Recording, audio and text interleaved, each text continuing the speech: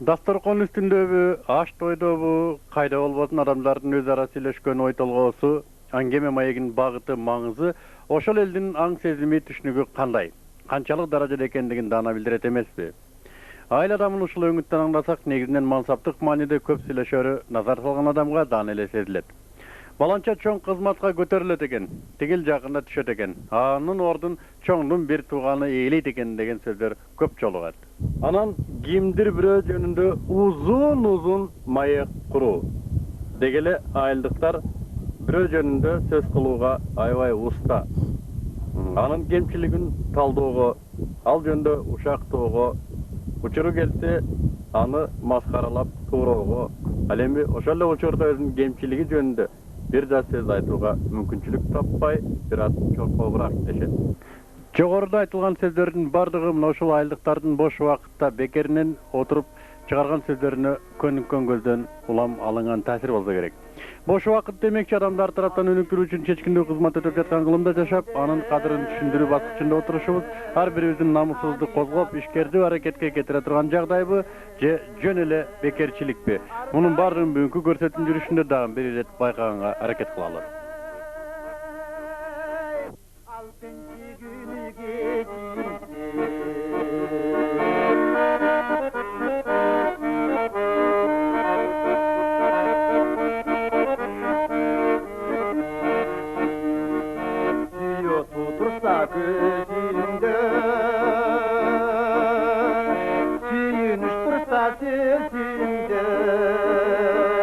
Sabahtan boşuktı taştı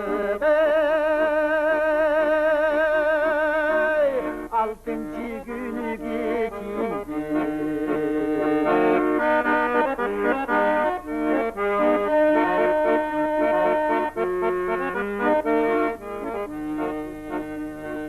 Sırdaşpay gelip çeçinimge çıgarbay sırdın geç kimge diplom aldın söz verdin altıncı gün geçildi.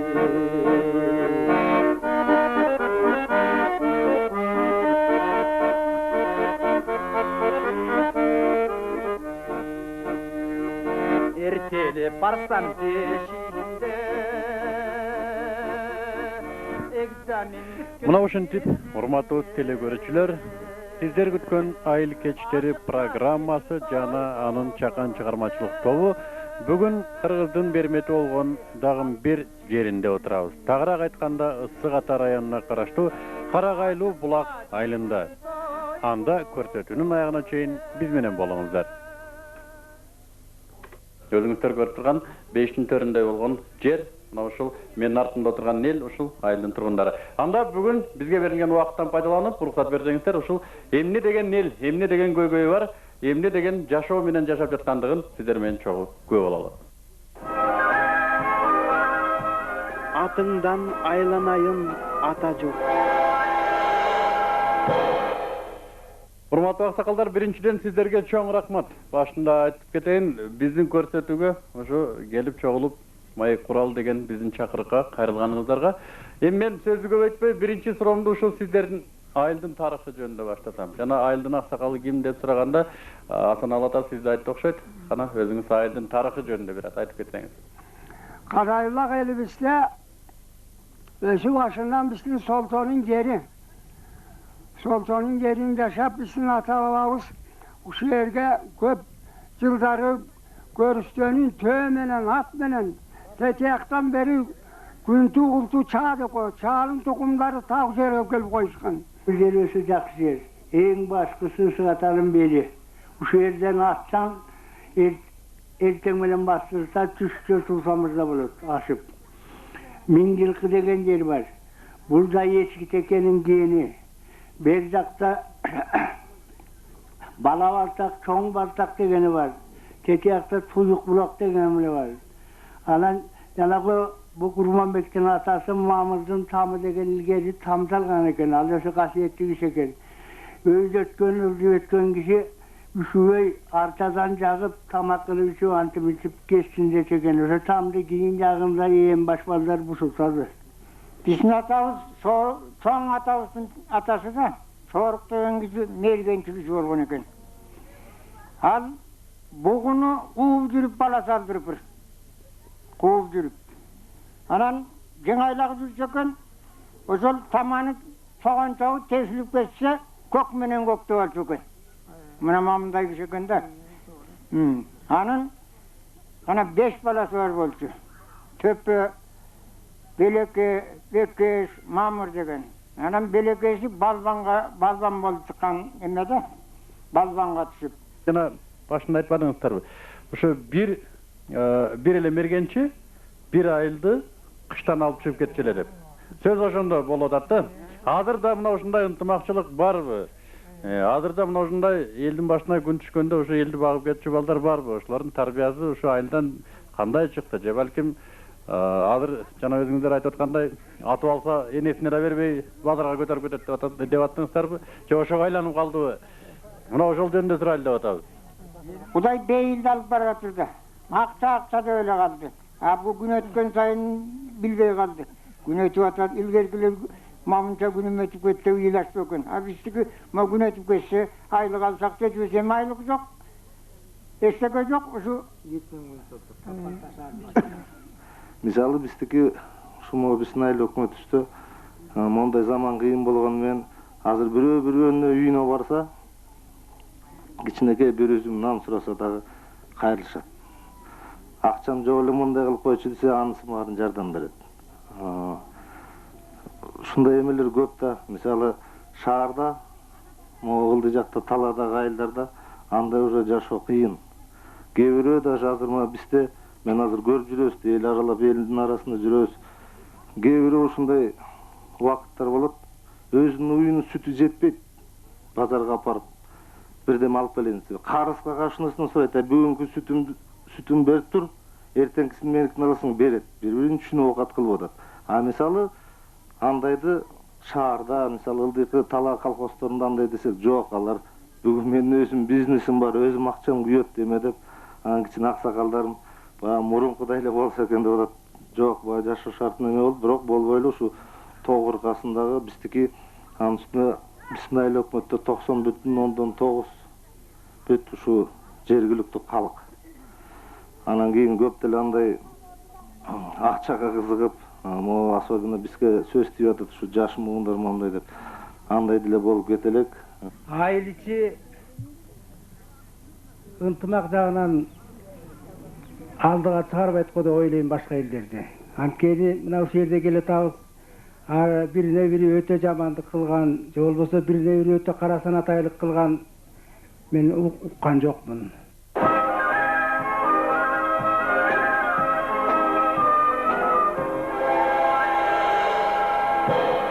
Урматтуу аксакалдар, мына сиздердин айылдан 7 чакырым ары жакта ысык ата курорт бар экен, Арашан деген. Мына ошо көрсөтүүнүн баары да канча биз барып көрдүк. Ошол жакты көрүп, бир аз көңүлүбүз көтөрүлгөн эми Кудайдын берген бейиштөргөн, көңүлүбүз чөгөт болгон ал пансионатты дагы, курортту да уурдагандан калганы го. Анын жолдо келатып бирөөдөн бир окуя жөнүндө угуп алдык. Ата бала мына ушул жерде жана биздин телевизорду көрсөтчү вышкалар бар экен, ошону ата бала уурдап кетиптир дейт. Ошо чынбы? Бир ай, 3 ай ушундай так бир телевизор көрбөй калдык.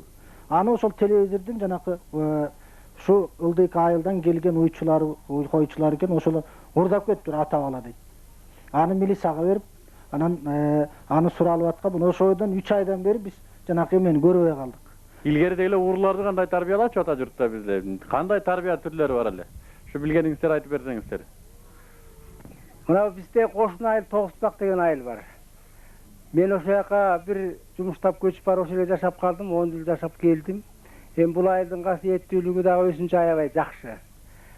Биз көчүп 70-жылы бардык, ошол жылы Наабай деген аксакалыбыз бар эле ошол жерде. Ошонун байчеси Суура Үбү деген аял Абдыш деген баласы бар. Абдыш деген бала бектендердей. Ошол баланы атка тескерисинен мингизип алып, мүшөктү башына кийгизип, ууру болсоң мендей бол, ууру болсоң мендей бол деп сүйлөтүп, сүйлөбөй койсо таяк менен бир коюп көчөнү жетелебеди. Бу кайсы жылдары? 70-жылы. 70-жылдары. Анан кийин ошол бала сайрап кетип барат. Ууру болсоң мендей бол, ууру болсоң мендей бол деп кээ токтоп калат да, токтогондо союл менен жоңго бир коюп атат. Айсүнүн апасы, туулган Үйсүнүн апасы. Анан кийин ал ошо бала кийин сен көрмөнгөр уурусун койду окшойт. Айылда ууру да болгон жок кийин.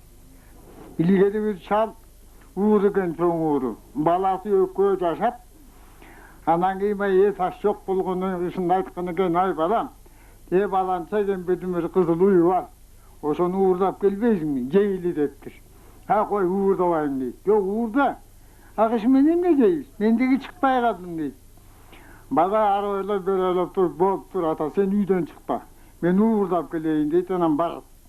Барып туруп баа кемпирге сүйлөшөт, ой байбиче.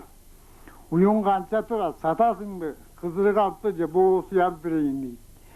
Анан кийин сатат элем, ачка арпа буудай болсо дейт экен.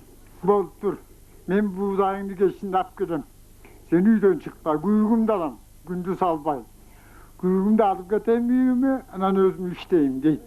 Болуп тур дейт. Агыны сүйлөшүп эледин атасын айтат. Сен үйдөн чыкпай отур. Мен ошол кызыл уйду уурдап келем. Жер дайында дейт. Болуп тур дейт, анан баягы жетелеп келет. Кемпирге баягы немесин берет. Келгенен айтат, сою эмес аябай семзеген дейт. Чал жерге калат, бала кубанат. Анан ата дейт, эмне дейт? Эме көз таразага сөйлө. Ушул уйдун этин жеп, канча килограмм семирер экенбиз. Аш болгонун байкайлы ата дейт. Болуп тур балам, эчтекени ойлобойт. Килограмма түшөт, атасы баланча. Анан кийин баласы баланча килограмм кышы менен жеп чыгат. Жаз келет, үзүмчүлүк маал болот, эт түгөнөт. Ой ата келем, бай эт түгөндү, таразага чөйлөйт. Анан болтон таразага чөт. Таразага түссө чалы 3-4 килограмм ылдыйлап кетти. А бала 3-4 килограмм өйдө жогору кетти. Балам, бул сага жаккан тура мага жакпай калды дейт. Анан себеби бар дейт, эмне үчүн дейт. Сен болсо уурдап келди. Бирөө көрүп коебу, кокуй деп катылатып кысканып жедиң. А мен болсо сатып алып, келсе келип өзүндеп, өзүмдүн ою менен жедим. Уурлук тойлобой. Уурлук менен уур эместин айырмасын эми билдиңизби дегенде, атасы жыгылган экен, балам. Мындан кийин уурлукту кой, мен да койдум уурлукту деп. Эми ушуну жаштар укса, кадимкидей болсо сааш бошкондор аксакалдар сөз менен бир-эки уят кылып койсо болот. Мен бир директорум болгон эле да, Үчүров Жамангул деген эсеринен мугалим. Ошол киши мектептен бирөөнүн бир нерсесин уурдап койсо, алдына таблица жаздырып алып, мен уурумун деп жаздырып алып, көчөнүн башынан баштап, артынан класстагылардын баарын эчитип коюп, көчөнүн башынан баштап аягына чейин бастырып чыкты да. Бул жеке эле бала гана эмес, бала гана уялбай, ошо бүт класс менен уялып, анан ата-энеси болуп, аябай катуу болор эле да. Демек биз азыр көпчүлүк эре мугалимдер эле таармас. Мугалимдер өзүлөрү тарбиядан, эне атанын тарбиясынан, анан жалпы эле элдин тарбиясынан жараша болот да. Уурлукту чоочу машиналарды тосуп койсок эле токтоп калат. Талаадан балдар келет. Мыктыбек, мисалы менин көрөмүн сен билбейсиң. Кайсы эшик, кайсы тешиктен чыгарды. Айылдын балдары билет, айылдан чыгарып берет. Ошондой балдарды учетко алып койсок эле токтоп калат. Учет калдыгандан эмне кылыш керек? Я. Учет калгандан кийин эмне кылыш керек? Бир кармалгандай эле токтоп калат. Кармалып туруп, айыл аксакалдары эмне деген законду берет, милиция өзү билет аны эмне кылышты. Кайра эле барып милиция берет турбайбызбы? Буга чейин биздин жана уюштуруу комитетибиз шаардан артисттерди алып келели дедик эле. Көрдү өзүңүздөрдө Кудай жалгап, шаардагы артисттерден өткөн таланттар бар экен. Аны биз да көрүп сиздер менен кошо чер жазып кетели, телекөрүүчүлөр көрсүн. Эгерде телекөрүүчүлөргө жакса биз чакыралы, андан ары чоң артист болуп кетишсин. Уруксат берсеңиздер, бир аз ошо коюлган темадан эс алуу менен бирге ошо аксакалдар черин жазсын деп Арашан деген топту чакырдык эле. Мына ошо Шекербек байке жетектеген. Татынакай кыздары үндөрү бар экен. Ушу кана бер көңүл буралы ушуларга.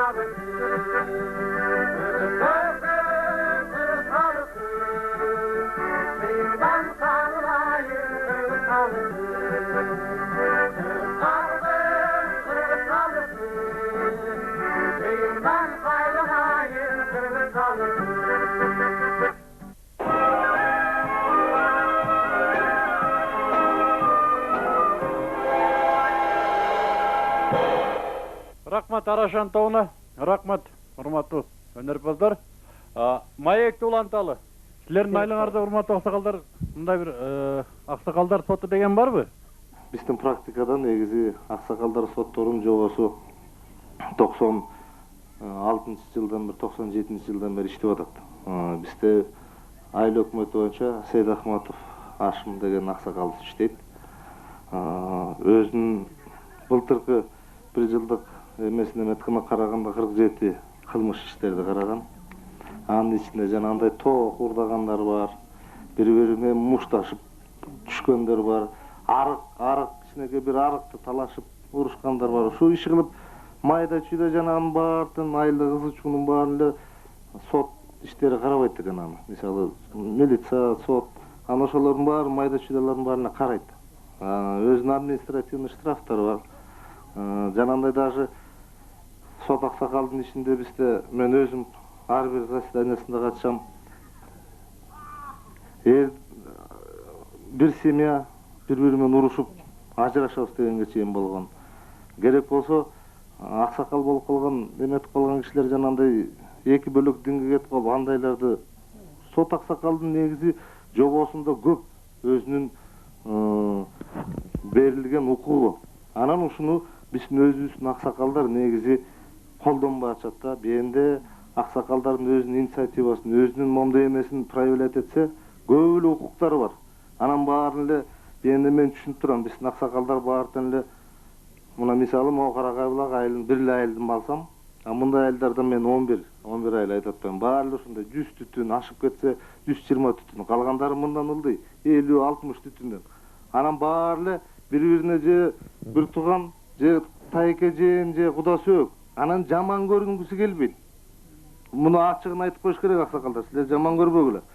Өзүңөр ошону жаман көрүңөр келбейт, жанагы уруу кылган баланы урушкуңар келбейт. Койчу, тетигандан көрүп милицияга бергиле ошак менен жаап салабы, эмне алат сүйлөшүп алышабы деп өздөрү коркушат кайра. Кой, мен буга бирдеме болгон, атасы мени жаман көрөт. Анан мен экөөбүз ушинтип той топурга барып калсак, от бир табакташ болуп калабыз деп ошондон коркушат. Бетке айткандан, көзгө айткандан коркуп, жалаң бул биздин илгертен келаткан кыргыздын менталитети, жана өзүбүздүн илгертен келаткан түшүнүк менен эле келтабыз. Жободо аксакалдар сотунда көп укук берилген. Ошонун баарын аксакалдар өздөрү колдонбады. Мен просто бүгүн бийенге даярдык, менде жобосунун баардын бар. Азыр көрсөтүп окутуп берет эле. Мына момду баардын бар. Аны просто өзүбүздүн мына уялбай туруп айтышыбыз керек, аксакалдар өздөрү колдонбой атат. Балдарына тиги өздөрүнүн туугандарына жаман көрүнгүсү келбейт. Менде бир суроо, урматтуу өкмөт сизге да. Ушул бойдон кала беребизби? Жок, бул ушул бойдон кала бербейт. Биз деген мен айтып атам, мына аксакалдардын эмеси өздөрү эл өзү кандай кылып мондай жанагы мисалы мына могу баланы биз мондай кылып наказать айтып атпайсыздар, бир атанын балдары бир табакта отуруп калсак сүйлөшө албай калабыз деп. Бул ушул күнгө чейин келаткан сөз да, чынбы? Ооба. Бул эртең да боло берет да. Эми кайсы убакытка чейин ушу болушу мүмкүн? Же кандайдыр бир чара барбы? Ушуну жок, бир атанын баласы болсок да, бир табактан тамак жеп калса дагы уурлукка мындай мамиле кылбаш керек деп кайсы күнү башталышы мүмкүн?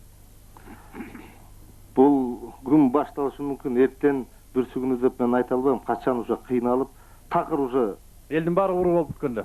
да, ошондо.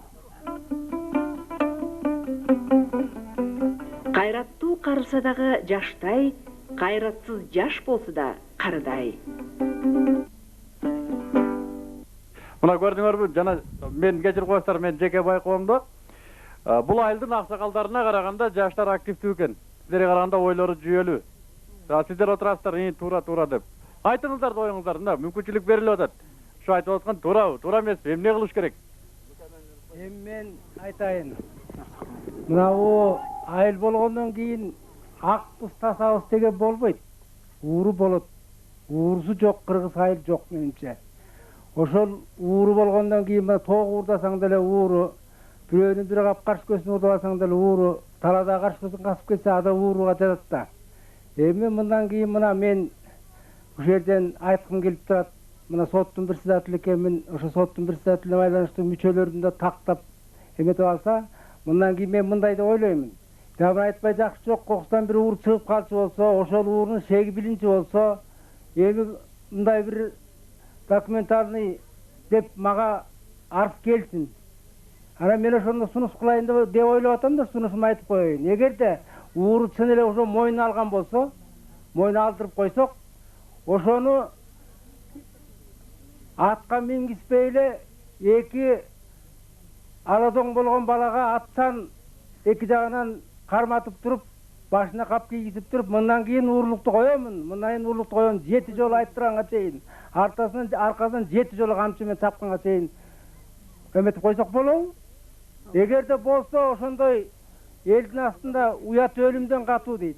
Мына уят өлүмдөн катуу болгондон кийин ошол жашпы, карыбы ким ууру кылса, мындан кийин ушундай чара колдонсок деп мен сунуш кийремин.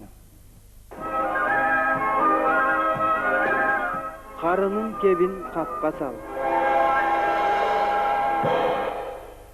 Ошон үчүн мен ойлойм да, ушу ууруларды сөзсүз эле манжасын кетиш керек. Эмне үчүн дегенде, бирөөнүн жакыны, анан бирөөнүн бирдемеси деп эле бүт жакындыгын баштайт экен да. Анын ууру экенин алыстан билинип туруш керек. Алыстан билинип турса, ошондо сооп болор эле.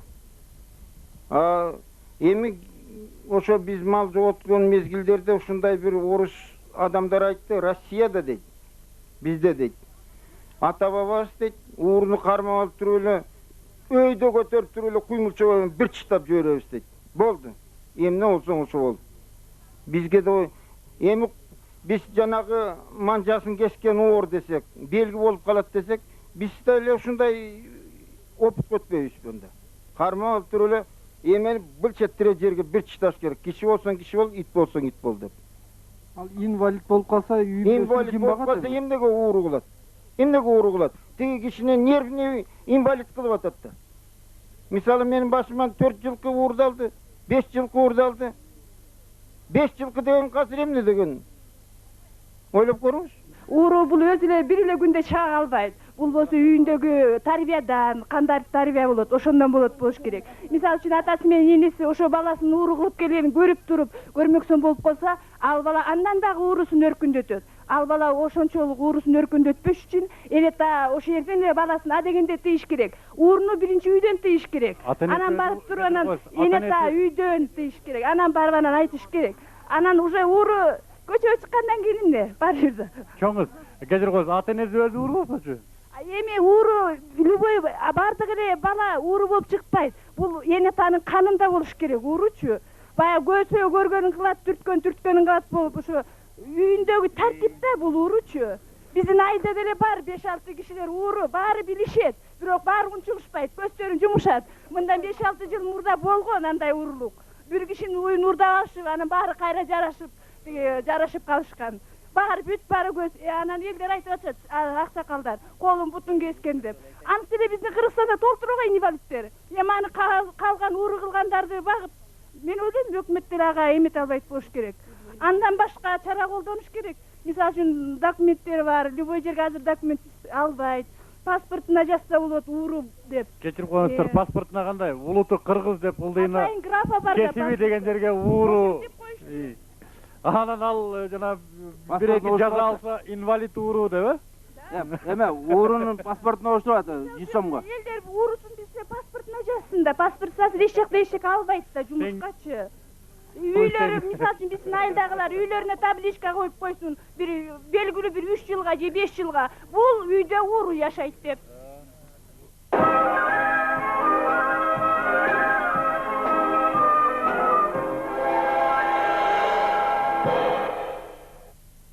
Деги кыргыздан айланса болот. Бүгүн мына ушинтип жаш карадеби дасторконду айланта отуруп коюлган темага чогуу жооп издеп ар ким өзүнүн оюн айтып жаткандык. Менимче бул да болсо биздин байыртан келе жаткан рух негиздерибиздин бири. Биздин унутта алган цивилизациябыздын кайсыдыр бир деңгээлде өзүнчө бир салым кошоор деталы десек болот. Дагы биздин мына ушул негиздерибиздин түбүндө жаткан ар бир кыргыздын жүрөгүнөн орун алган, түнөк тапкан. Бирок ар түрдүү шарттарга байланыштуу бүгүнкү учурда ар бирибиздин үйүндө турчу болсо дагы тура албаган буюмдарыбыздын бири боз үй жөнүндө ой жүгүртүп көрөлү. Деги эле боз үйдүн ушул айылдагы орду кандай болду? Менимче бул орун бүт кыргыз айылында дагы ушул эле картинага ээ болсо керек. Алты канат үйдүкү 100 баш болот. Азыр бизде 100 баш үй жок. 4 канат үй да бул эме. Эми мунун чийи болот. Баш чалмай болот. Кырчоосу болот. Элден мурун эшигин бекитиш керек. Эшикти босого таяк деп коет, босого таяк. Аны бекитип туруп, анан кийин барып түндүктү көтөрөт. Анан түндүктү көтөргөн тегеретте уук сайлат. Ууктун боолорун бекитет. Керегелерди момту бекитет, жасылып кетпес үчүн. Бул жип менен. Баш чалгыч, кереге чалгычы, аны мулары түндүк деп коет. Түндүктүн тешиктерине уукту бекитет. Түндүктү мына көрбөйсүңбү? Момдай тике коюп койгондо уук сынып такыр килчи эмес. Мына моуну уста жасаган мындай жапсыраак кылып биягынан чечкен мынтип. Отко шишти көсөтүп алып, ошону менен сайып, бөгөп, анан ууктулам сайып келип, ошого тууралап туруп анан кийин жасап. Самбутал деп ошо мен чоң апам айтып калар элем. Ошо кишинин айтканы бизге анча-мынча кулагыбызга түшүп. Самбутал деп өзүнүн өскөн же тоодон бир жерден кыйып келчи дейт ошону. Анан ошондо жазап. Анан могу уукту ийиш үчүн эмне деп мен сурап калчымын да кишиден. Сурасам ошондо ушундай казык кагып туруп уукту ийип туруп үстүнө жийишкен да. Андан кийин ошо бир өзүнүн эмеси болуп тетиги мына ууктун исин да бир 3 ушундай эмеден темирден жазап туруп ошондон жумшак кезинде чийип эметишкен, ою чийме калып. Илгери боолорго ашкана, аны муну коюшчу, сүт, ошого иттер кирип кетпес үчүн, аны мунулар кирип кетпес үчүн атайы жасап коюшкан бул чийде. Соғып, қалқанчы қылып. Момдағы тұрып, ашпоз деп қойшы, ашпоз қылып қойшы, бұл боз үйдің ішіне. Ошы ерге сүтті қаймақтатып қойшы, ошы сүттің қаймағын алып, аспиратор жоғанда. Ашқана қылып қойшы, бияғы жатақана қылып қойшы. Дағы мұны қысыл қылып, момчып, қоостып, сонын қылып соғылады. Жана айтпадым ба? Бизде үй жоюлуп кетип, ушундай болуп калды. Эми кайрадан согуп баштадык. Кайрадан кура албай, мына бир үйдү араң курадык. Илгери үйдүн кереги жок деп отуруп. Негизи кыргыздын мунусу. Мына ашкана деп коет жерге. Кысыл чий тартылчу. Ошол кысыл чий жок ак болсо лап келип тартып койсок болмок экен ашкана. Аялдардын орду тигил. Кире бергенде оң жагы. Жана кайтыш болгондо да аялдар ошол жака турат. Кийиз болсо бул өзү жылуулукту бир четти сактайт дагы. Анан кийин бул көп тиги суу болбойт. Анан кийин көчмөндү болгондо мурун кыргыз эли көчмөндү болгондо муну бүктөлөт дагы төөгө же болбосо атка жүктөгөнгө эң ыңгайлуу болгондо. Кышында да жакшы бул. Там үйдө ишип атат эмкилер. Илгери мындан суук тийбейли, сопсонун эле чоңоюп эле, аба таса, өпкө жүрөгү оорубай эле сопсонун жашаган боз үйдөн. Мына боз үйдүн касиети ушул. Анан эми тамга отуруп атабыз, боз үй жок. Анан бул келин кесек бала бакыра такыр да билбейт да. Ептеп жаңыдан үйретіп атабыз. Ой, қармағыла, қимылдағыла. Мөөрекіне үйренгілі. Мұны ошол жаштар кармабастан ошон үчүн биздики боз үй жок болгондо. Туурабы, Рая? Я. Бул өзү боз үй 20-жылы жасалган боз үй экен. Ошо 20-жылы мен чоң апам турмушка чыгып, чоң таятам ошого сеп кылып бериптир. А кишинин көзү өттү 101ге чыгып. Анын небереси мен эми 55 жаштамын. Ушу мага белек кылып берип кетип, монтип мен элге урунуп атам да ушу. Боз үй Кыргыздын кармаган мурасы. Менин оюм устасы жок деп ойлойм да. Муну да уста киши жасайт экен да. Уста ушул боз үйдү жасаш үчүн да ушунчалык уста болуш керек экен да. Баардыгында уста жасаш керек экен. Анан азыр андай уста жок деп ойлойм мен.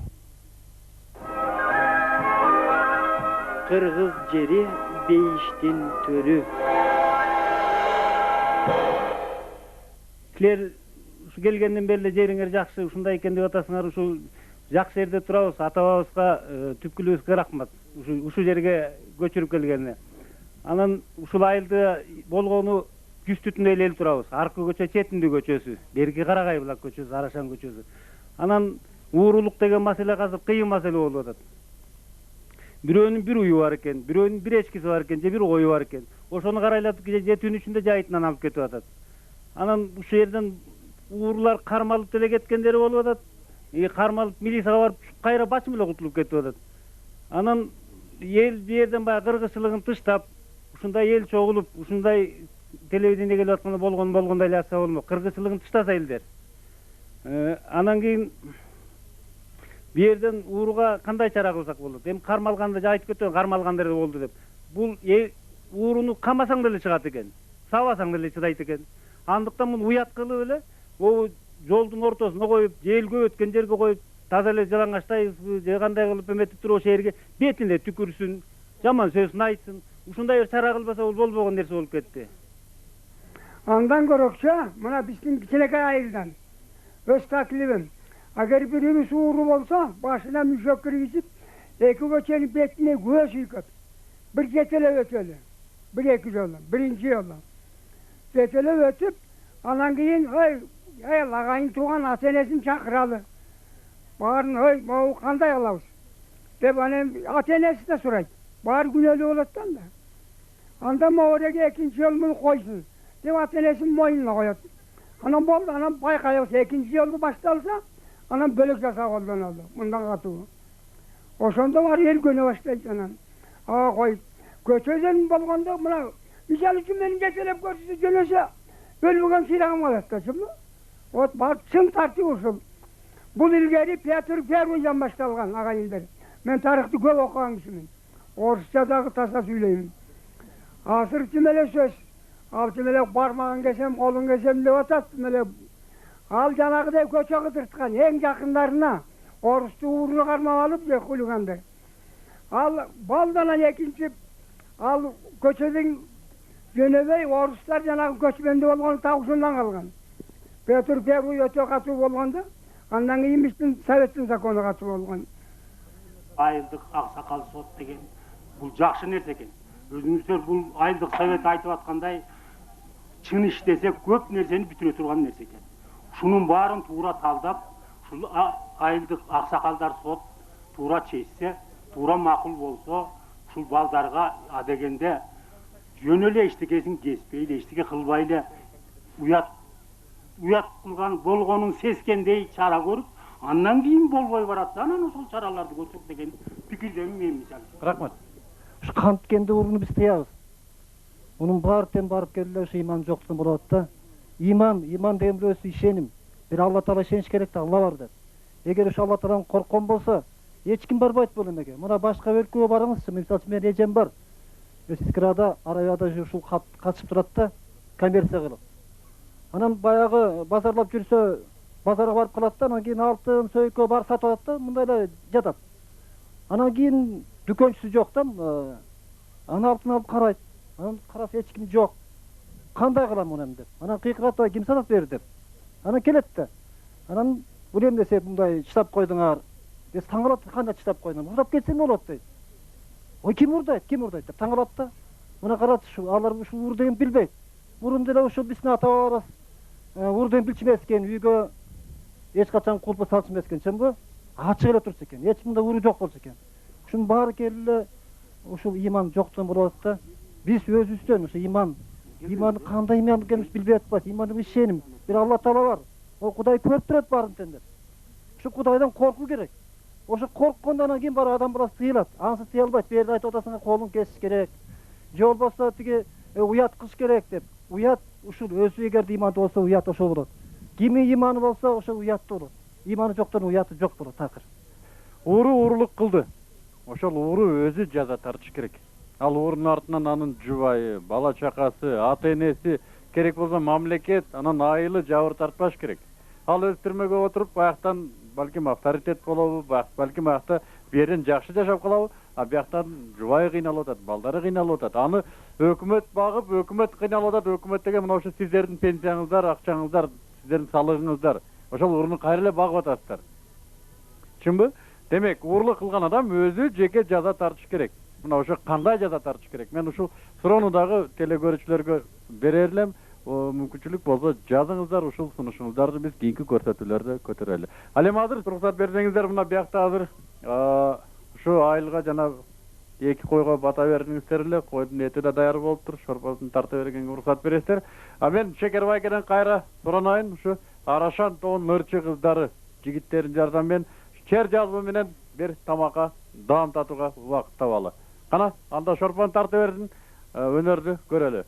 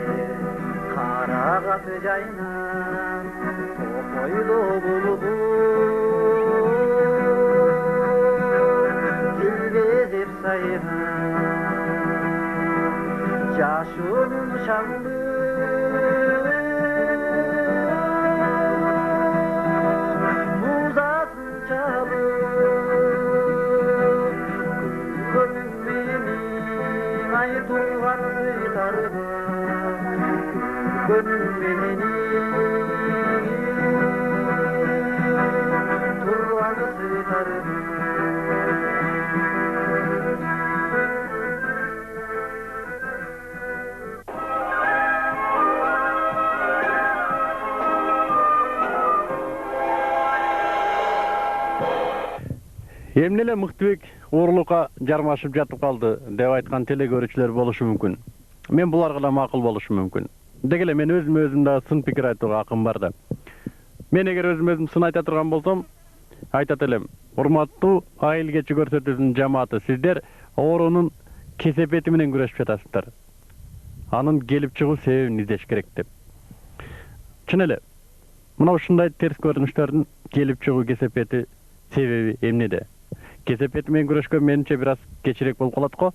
Ошондуктан келиңиздер чогуу себебин издеп көрөлү.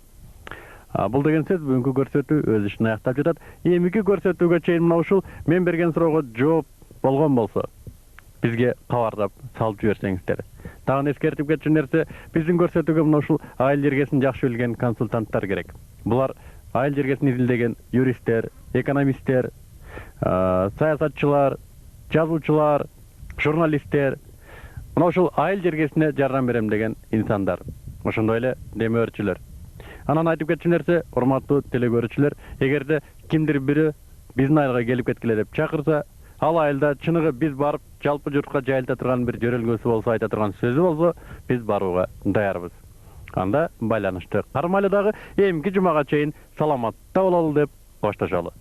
Айтмакчы, эмки көрсөтүүдө дагы эле болсо биз ушул Кыргыздын бейиш төрү болгон Ысык Ата районуна караштуу Карагайлуу булак айылында аксакалдар менен маек кылмакчыбыз.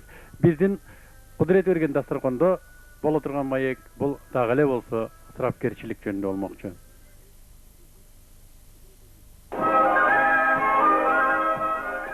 Ата журт аман болсун.